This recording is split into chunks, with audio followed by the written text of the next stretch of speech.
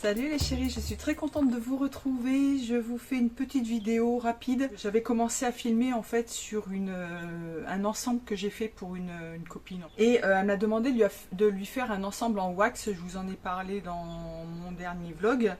Et j'avais commencé à filmer pour vous montrer un petit peu ce que j'allais faire. Donc en fait elle voulait un haut cache-cœur. Et une jupe froncée, voilà, longue. Du coup, il a fallu que je cherche des patrons, parce que, encore une fois, je suis pas modéliste, hein, donc je bidouille un petit peu, mais je suis pas modéliste, voilà. Je vais pas me lancer dans des trucs faramineux, voilà. Il me faudrait des heures. Je pense que je pourrais y arriver, mais il me faudrait, c'est pas des heures, ça serait des jours et des jours. Du coup, ça reviendrait très cher aux personnes qui me demandent de leur faire des vêtements. C'est pour ça que je vous dis, ça peut être très économique de faire des vêtements soi-même, parce que quand on fait faire par quelqu'un, il faut bien que la couturière puisse se rémunérer en fait, et souvent les gens ils s'imaginent que ça se fait en 2 temps 3 mouvements, en un claquement de doigts, et non, ce sont des heures et des heures de travail. La personne, quand elle vient chez vous pour faire des essayages, quand elle vient chez vous pour discuter du modèle, pour choisir éventuellement un tissu, elle m'a amené le tissu, mais bon voilà, tout ça, ça compte. Faut compter votre électricité, votre fil, les boutons, enfin tout ce qui est mercerie, si c'est vous qui proposez. Le temps de décalcage du patron, ou de la faisabilité du patron, si je puis dire comme ça, enfin de la création en tout cas. Le papier que vous gaspillez pour faire patron, enfin tout ça, ça coûte dans le temps, et ça coûte de l'argent. Et du coup, les gens, ils veulent pas, ils comprennent pas, et ils veulent pas payer. Donc, fais-moi une robe pour 10 €. Non, en fait, ça peut être possible. Donc, j'essaie de travailler assez rapidement pour gagner un petit peu de temps. Tout ça pour vous dire que j'avais commencé donc à rechercher un patron.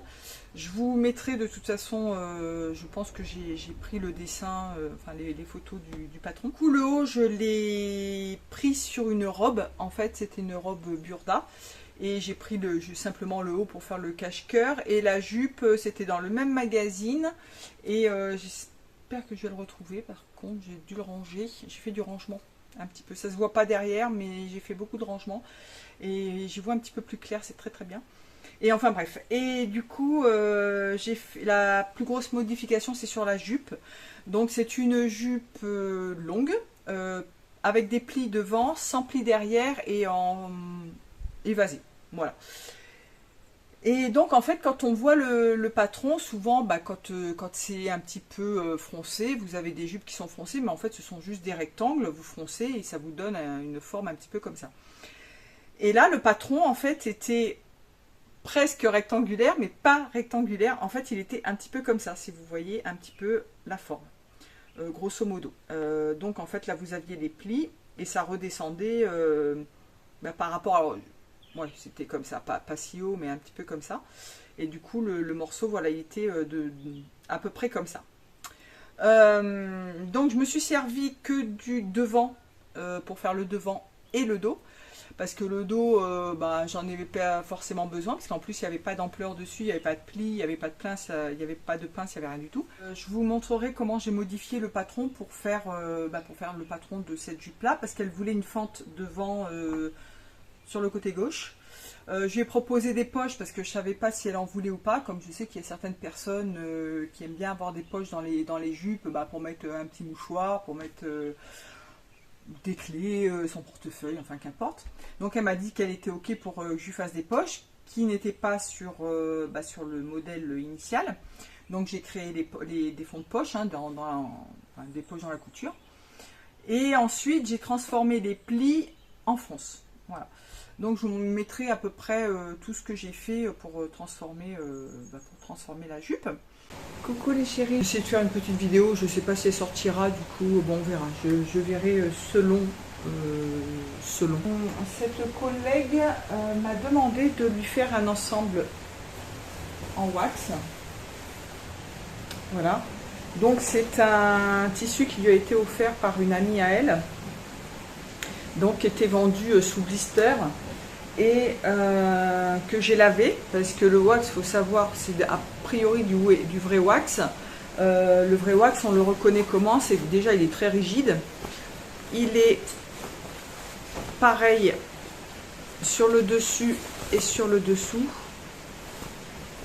En droit et envers, ils sont, on peut pas les, enfin si on peut les distinguer, mais ils sont aussi bien teints à l'envers qu'à l'endroit. Donc là, en fait, vous avez une espèce de petit reflet. Je sais pas si on va le voir. Vous voyez des espèces de petites. Où c'est qu'on va voir ça? Sur l'endroit. Vous voyez, ça fait des espèces de petits, de faux unis comme ça. Par contre, derrière, c'est complètement mat, mais voilà, on voit pas la différence entre les deux, et c'est ciré. Il y a de la cire sur le wax. Donc je l'ai lavé, et lorsque elle me l'a donné, ils ont eu la grande intelligence de mettre 3 espèces de grosses étiquettes collées sur le tissu. Et voilà ce que ça m'a donné. Et je ne pouvais pas les enlever. Enfin, je les ai enlevés, mais regardez. Il y a tout le papier, la colle qui est restée dessus. Regardez ce qu'on perd en fait. Donc ce que j'ai fait, moi, comme je ne savais pas si ça allait partir au lavage ou pas, j'ai quand même fait une espèce de fil de bâti tout autour pour repérer où il y avait la colle. Mais bon là, pas besoin. Donc on perd quand même vachement. Et faut savoir que le wax est vendu en petite largeur, donc là c'est du 115 je crois de largeur me semble-t-il, ou un petit peu moins, au lieu de 150. Ce qu'il y a de bien en revanche, c'est que le motif est dans l'autre sens, c'est-à-dire que là vous avez la lisière et vous ne pouvez pas couper comme ça en fait, ça fait pas, c'est pas terrible, donc vous pouvez couper comme ça. Donc elle n'est pas très grande, donc du coup pour la longueur de jupe c'est parfait. Et le haut, ben écoutez, ma foi, je vais faire, parce que je lui ai proposé des poches, elle m'a dit oui. Donc je ferai des fonds de poche avec celui-ci. Éventuellement la petite ceinture du cache-cœur. Peut-être les enformes, si je mets des enformes ou des biais de propreté, voilà. Je ne sais pas encore comment je vais finir ça. Donc je vais vous montrer plus ou moins le dessin de ce qu'elle veut.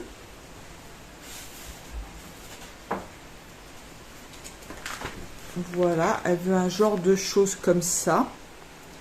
Et la jupe comme ça, avec une fente, voilà, sur le devant. Une fente sur le devant de la jupe. Et une ceinture, tout ce qu'il y a de plus simple, donc foncé à la taille.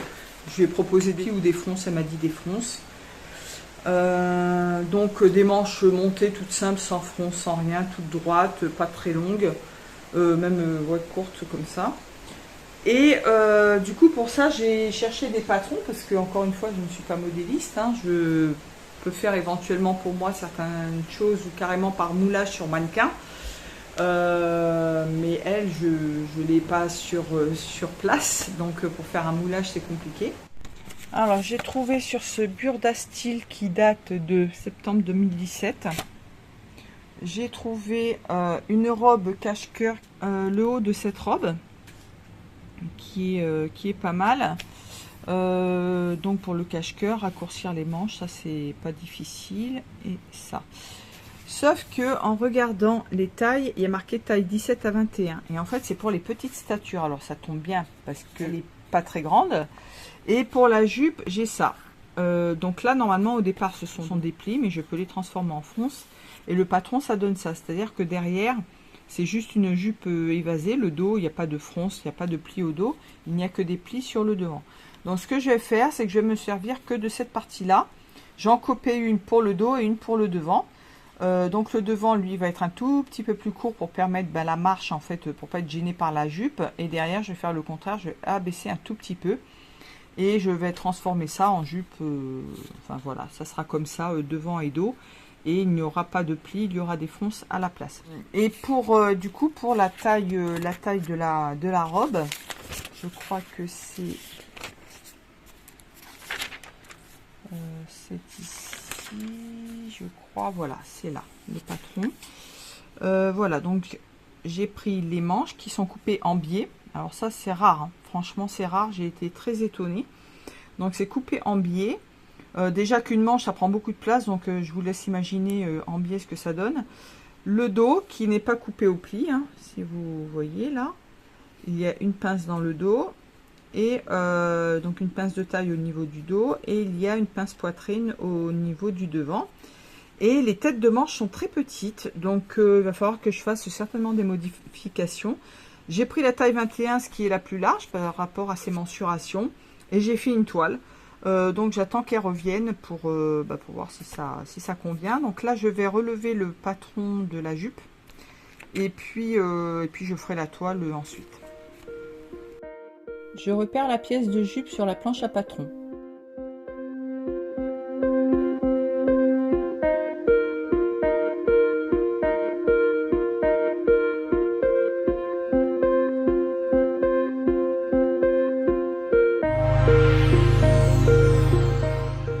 Je dois vérifier la longueur de jupe du patron pour savoir si ça correspond à la longueur souhaitée par Sandra.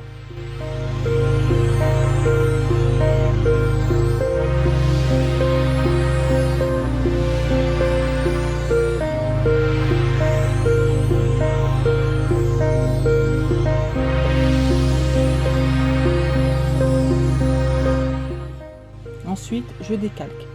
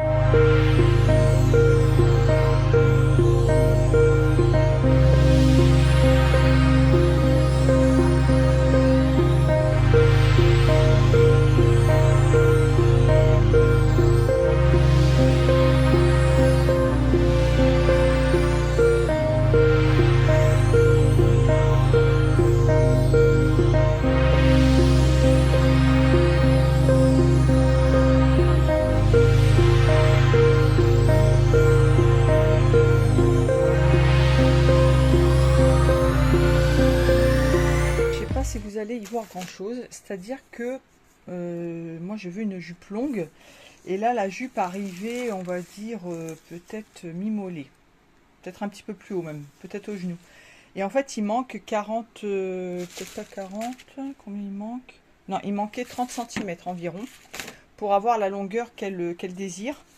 Et du coup ce que j'ai fait, en fait j'ai repris, donc j'avais décalqué la jupe, j'ai coupé le papier qu'il y avait en surplus, hein, ça sera plus facile pour moi à manier. Donc en fait, je ne sais pas si vous allez y voir grand chose, c'est à dire que le contour de la jupe, il est comme ça, voilà, là c'est le haut de la jupe avec les plis que je transformerai moi en fronce. Là vous avez le milieu devant, là, et après vous avez le bas de la jupe qui est ici, voilà, et le côté. Voilà. Donc moi ce que j'ai fait pour la rallonger, pour pas modifier la forme de la jupe, j'ai remonté le patron, enfin ce que j'ai décalqué, jusqu'au niveau, donc là j'ai pris un repère aux 30 cm que je voulais rajouter, voilà, et j'ai replacé mon milieu devant sur la ligne du milieu devant, voilà, et j'ai retracé le bas de la jupe. J'ai redécalqué le bas de la jupe, voilà, comme ça. Là, je me suis bien remise en droit fil ici, au milieu devant. Et là, j'ai retracé mon côté. Donc là, vous allez voir, à l'origine, c'est ici. Et là, j'ai retracé du haut de la jupe jusqu'en bas pour avoir mon nouveau côté. Donc là, ça crée un décalage, ce qui est tout à fait normal. Mais au moins, on a le bas de la jupe qui n'est pas transformé. Là, ça va se fondre dans l'ampleur de la jupe. Si vous entendez du bruit, c'est mon beau-père qui casse des billots de bois. Donc, ça peut surprendre, mais voilà. Alors, pour la ceinture de la jupe, elle veut une ceinture d'environ 4 cm. Elle aime bien les ceintures un peu larges. Donc, je lui ai dit 4-5 cm, mais grand max. Hein. Donc, si vous prenez votre ceinture en double, donc ça fait 10 cm. Hein. Ok. plus 2 cm de valeur de couture. Donc ça fait 12 cm de large. Et en longueur, donc elle a son tour de taille qui fait 84. Donc je vais à ces 84 ajouter 2 cm d'aisance. Ok, donc ça fait 86. Plus on a la patte pour le bouton, environ 3-4 cm, on va dire 4 cm. De toute façon, les ceintures, moi je les coupe toujours un peu plus grandes, quitte à les reprendre après. Donc on va dire plus 4 cm, donc ça fait 90. Plus les valeurs de couture, 2 cm, ça fait 92. Donc il faut que je coupe une ceinture d'environ 92 minimum, de 92 cm minimum. Je peux rajouter un peu plus et après je recoupe au besoin. Maintenant, je dois trouver l'emplacement de la fente devant. Les plis plats sont au nombre de 3 de chaque côté du devant. Ils sont dirigés vers le milieu. Je travaille sur le demi-devant. Vers le côté, c'est plat.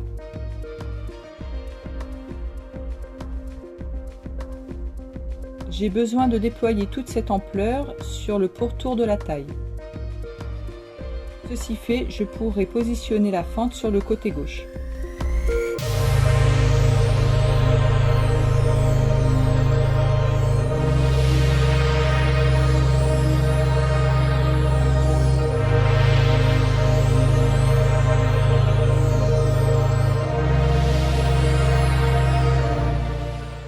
J'ai donc pris le quart de tour de taille pour estimer la distance entre le milieu et le côté.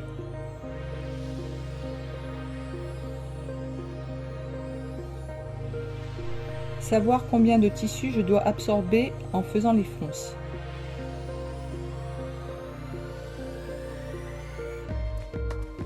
J'ai divisé la taille de mon quart de patron pour équilibrer les fronces. Pour arriver à la dimension souhaitée, je me suis servi de mon mannequin car le tour de taille est sensiblement le même. Et j'ai pris la ligne de pince de taille pour référence et faire un marquage pour la découpe du patron. Ce que je dois faire maintenant, c'est transformer le patron. Le seul devant à l'origine est coupé à la pliure. Pour trouver la position exacte, j'ai mesuré par rapport au tour de taille et ça m'a donné 2 tiers 1 tiers environ à 1 cm près.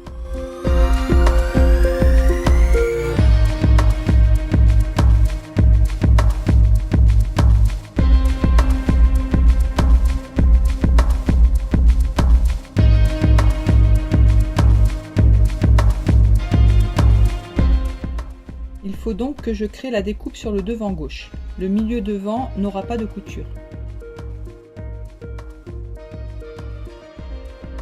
Je m'occupe du devant avec la découpe. Donc là, je vais avoir ma découpe pour la fente. Ok. Il faut que je reconstitue le devant droit de la jupe. Donc le devant droit va comporter donc toute cette partie-là, plus l'autre partie qui va manquer. Là où il y a la découpe en fait, je sais pas si vous voyez ce que je veux dire. Donc là il faut que je retrace cette partie là, que je vienne comme ça en miroir, voilà, et ça sera coupé en une seule pièce, pas à la pliure du tissu mais le tissu à plat, que je trace jusqu'ici. Ok, donc là j'aurai mon devant droit plus ma partie devant gauche, voilà, et après cette partie là, l'autre partie devant gauche, ok, donc avec la découpe. Donc je sais pas si je me suis fait comprendre. Donc je vais avoir 2 parties en fait, hein. Donc ça fait un peu comme les jupes portefeuille en fait, hein. Vous avez une première partie puis l'autre partie qui vient après, mais là c'est pas une jupe portefeuille, hein, ça n'a rien à voir. Et après je vais décalquer le dos. Voilà, j'ai reporté mon patron, je l'ai modifié. Donc nous avons bien un devant droit, voilà, qui comporte cette partie en plus là où il y a la fente, voilà, et là on a la partie gauche, et là on a le milieu devant. Là j'ai reporté la ligne si je veux faire une deuxième fente éventuellement, pourquoi pas, pour remodifier. Et j'ai apporté donc les marquages pour les futures poches. Donc ce sera des poches dans la couture. Et j'ai également mis le marquage pour la fente, donc la hauteur de fente. Donc d'après les mesures que j'avais prises sur elle, voilà, avec ces indications.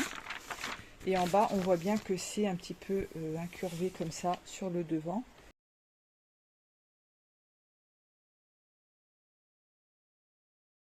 J'ai pris, je vous dis, que le haut de la robe, donc c'était un cache-cœur. Quand j'ai pris le patron, alors par rapport à la taille, je me disais, oula, ça fait petit, ça faisait, ça me paraissait vraiment rikiki, surtout au niveau des manches. Et faut savoir, bon, elle n'est pas très grande, hein, c'est une femme qui n'est pas très grande. Elle n'est pas forte, elle se trouve grosse. Voilà, elle m'a dit, ouais, je suis désolée. Non, bah, déjà, t'as pas à être désolée, t'es comme t'es. En plus, elle a été opérée d'un cancer, donc voilà, elle est un petit peu au niveau du ventre, c'est un petit peu compliqué.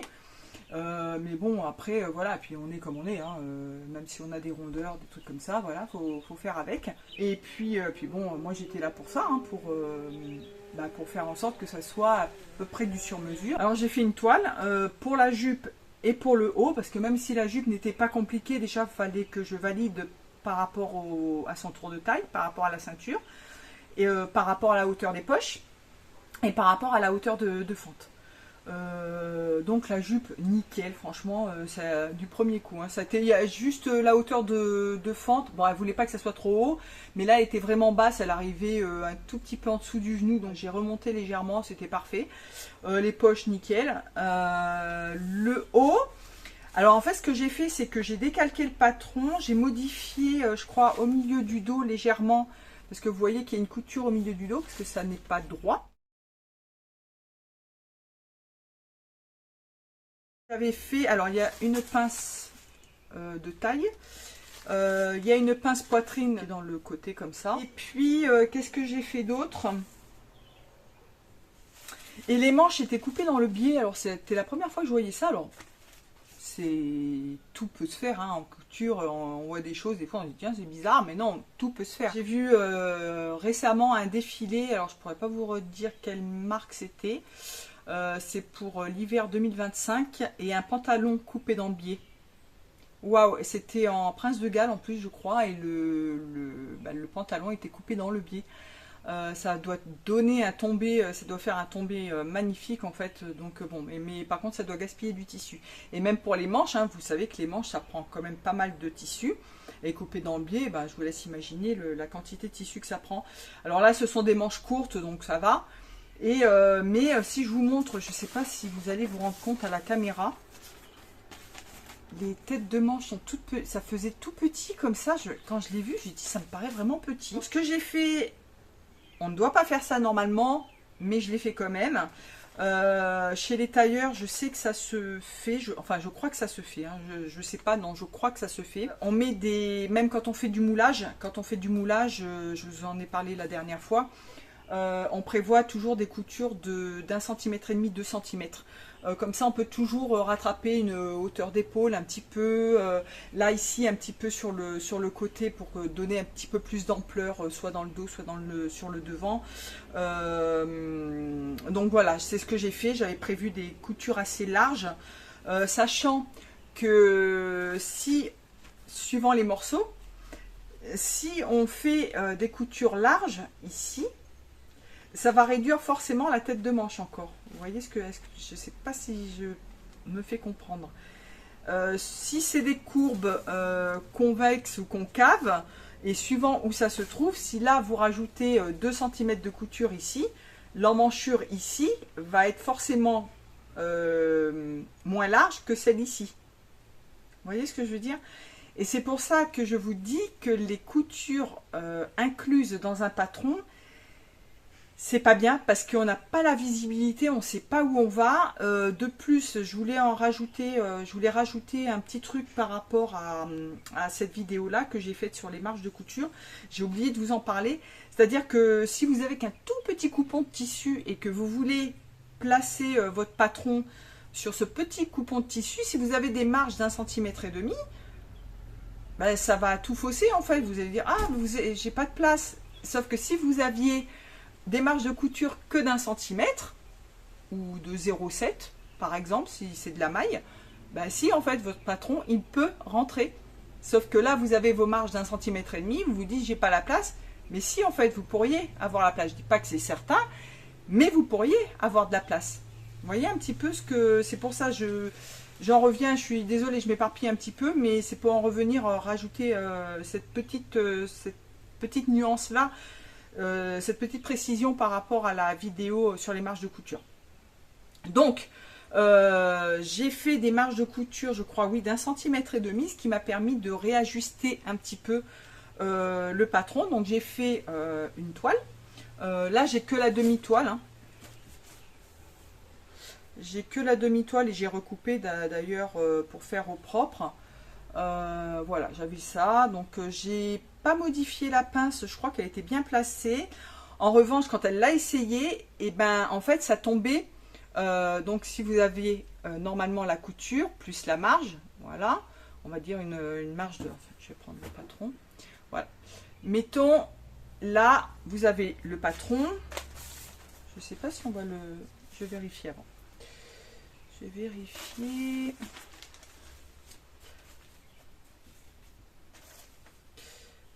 Voilà, je crois que c'était comme ça. Alors, mais bon, j'ai fait des petits ajustements, donc ça tombe pas pile poil. Mais voilà. Donc là, vous avez le patron. Je sais pas si on va bien voir, hein. Vous avez le patron. Là, vous avez la marge de couture d'1,5 cm à peu près, hein, on va dire. Et heureusement, en fait, là, c'est devenu... le bord là, c'est devenu la couture. Vous voyez ce que je veux dire?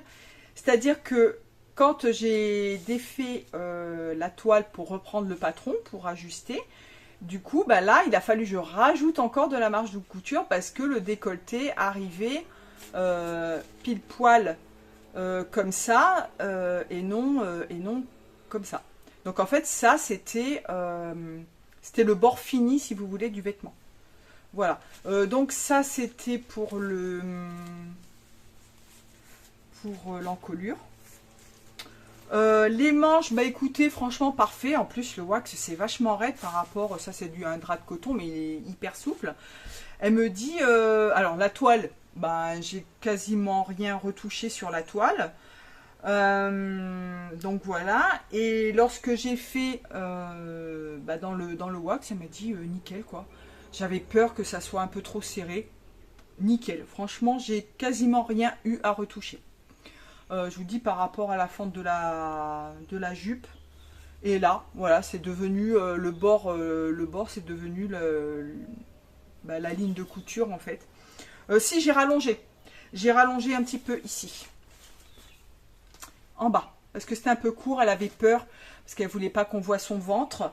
Donc la ceinture arrive quand même bien à sa taille. Taille qu'elle n'a pas... Enfin, elle n'est pas marquée sa taille parce que bon, bah, elle a du bidou. Donc voilà, c'est pas évident. Mais elle porte à la taille. Et elle voulait que le cache-cœur revienne par-dessus la jupe. Et donc je vais rajouter, je crois... 2 cm ou 3 cm, un truc comme ça je crois. Et j'ai fait une ceinture, je vais vous montrer après, j'ai fait une ceinture de 2 cm et demi. On va en venir à la coupe du tissu. Donc j'essaierai de vous mettre des petits, même si je parle de toute façon je le mettrai en grand, je vous montrerai un petit peu ce que j'ai fait. Du coup, je vais vous montrer, alors je sais pas si on va bien voir comme ça. Voilà, j'ai fait la jupe, voilà, comme ça. Alors, comme j'avais expliqué, le wax, ce sont des laises qui sont petites, c'est du 110, 120 à peu près, des fois même plus petit que ça. Ça tombait bien quelque part, c'est-à-dire que sinon, il aurait fallu que je coupe la jupe dans ce sens-là. Bah, comme c'était une laise, je vous dis, je crois que c'était 110, un truc comme ça, 110, 120.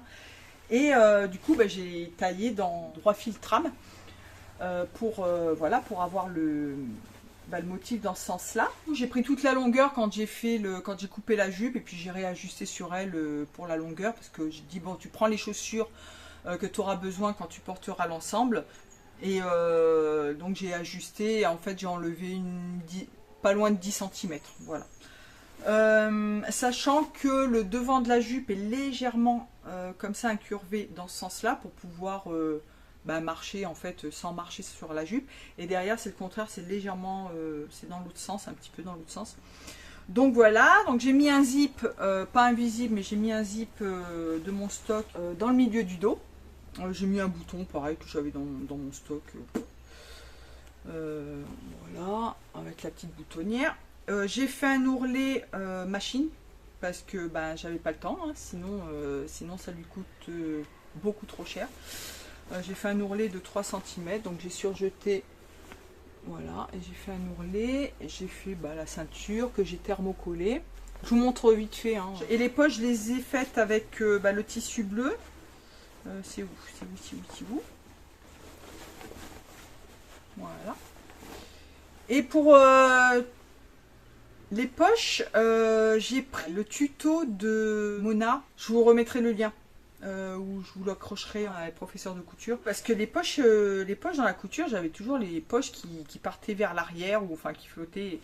Et en fait, alors c'était pas évident parce que quand elle présente le tuto, donc elle fait une pièce d'étude. Et en fait, elle a deux tissus différents pour le dessus du fond de poche et le dessous du fond de poche. Je sais pas si je me fais... la partie qui va vers le dos et la partie qui va vers l'avant. Du coup, moi, j'étais un petit peu perdue parce que moi, les deux fonds de poche sont de la même couleur, donc je savais pas trop où j'allais, mais à refaire. Je trouve que c'est une bonne solution. Parce que du coup, moi, ce que je faisais avant, c'était que je cousais d'abord chaque sac de poche, chaque fond de poche sur le devant et sur le dos, et après j'assemblais le dos et le devant ensemble en prenant la poche et en recousant. Et je crois que c'est comme ça que j'ai appris à l'école il y a tellement longtemps, mon Dieu, j'étais jeune à l'époque. Cette façon de monter les poches, c'était pas déconnant. Donc voilà, en tout cas les poches elles partent pas vers l'arrière, ça c'est déjà une bonne chose. Et puis voilà, donc ça c'est pour la jupe. Et voici le haut. Donc il y avait les deux tissus ensemble. Et je vous avais expliqué, je vous explique avant de couper que en fait quand j'ai vu le tissu, il y avait 3 grosses étiquettes collées en plein milieu du tissu. J'ai dit c'est vachement intelligent ça. Au lieu de coller sur le blister ou d'insérer un petit papier avec la marque du tissu, enfin bon je sais pas, non c'était collé et j'ai pas pu le faire partir bien entendu. Donc heureusement j'avais suffisamment, il m'en reste d'ailleurs suffisamment de tissu pour couper l'ensemble. J'ai repris 1 cm de chaque côté, donc ça fait 2 cm, ça baillait dans le dos. Donc c'était pas terrible. Et sinon qu'est-ce que j'ai fait d'autre? J'ai fait un ourlet normal pour le bas des manches, hein. Donc j'ai enlevé quand même sur la longueur, mais j'avais fait plus long exprès parce que je savais pas exactement ce qu'elle voulait. Donc elle voulait à peu près juste au-dessus du coude. J'ai retiré 2 ou 3 cm je crois du bas des manches. Là ce que je vous expliquais, c'est que j'ai fait une petite ceinture de 2 cm et demi. Voilà, et chose que j'ai faite pour le cache-cœur, j'ai suivi l'astuce de la méthode Mathilde qui a sorti un patron récemment, et je crois que c'est une robe portefeuille d'ailleurs, je crois. Et enfin en tout cas il y a un cache-cœur au niveau, dans le haut, et en fait elle coupe cette partie là dans le droit fil et non dans le biais, parce que normalement vous avez le droit fil du vêtement qui est ici, enfin à peu près. Et en fait elle a basculé et elle a coupé dans le V, l'encolure, dans le droit fil, ce qui fait que ça évite que ça baille. Alors là c'est du wax, ça se tient, mais j'ai préféré assurer le coup parce que ma cliente ne voulait pas que ça baille. J'ai dit bon, dans le pire des cas je te mettrai une petite pression pour maintenir le décolleté. Au final ça se maintient très très bien, je vous dis c'est du wax, c'est assez raide, mais je pense que le fait que j'ai coupé dans le droit fil, ça y fait aussi. Donc en fait ici c'est coupé dans le droit fil. En revanche quand vous coupez ici dans le droit fil, ici ça se retrouve un peu dans le biais. Voilà, c'est pas complètement... voilà. Mettons que vous avez le droit fil ici, ça se retrouve là dans le biais. Donc il faut faire attention de ne pas tirer. Du coup, ben parfait. Là, j'ai fait un petit biais de propreté. Et du coup, pour la ceinture, alors il a fallu que je calcule parce que je voulais pas forcément faire un vrai portefeuille. Vous savez, où vous rentrez, vous faites une boutonnière, vous tournez. Parce que je lui ai dit, ça va lui rajouter de l'épaisseur. Et bon, c'était pas, voilà, c'était pas ce qu'elle voulait. Du coup, ce que j'ai fait, ben j'ai fait une ceinture d'eau que j'ai coupée là. Donc là, vous avez les deux côtés qui sont ici. Après, j'ai fait une ceinture sur le devant gauche. J'ai fait une ceinture sur le devant droit que j'ai rallongé pour pouvoir faire le nœud, pour nouer.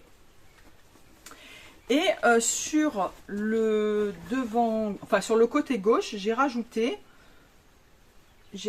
un petit morceau, comme ça, pour nouer. J'ai fait une petite boutonnière avec deux petits boutons qu'elle pourra, selon l'envie, serrer ou desserrer.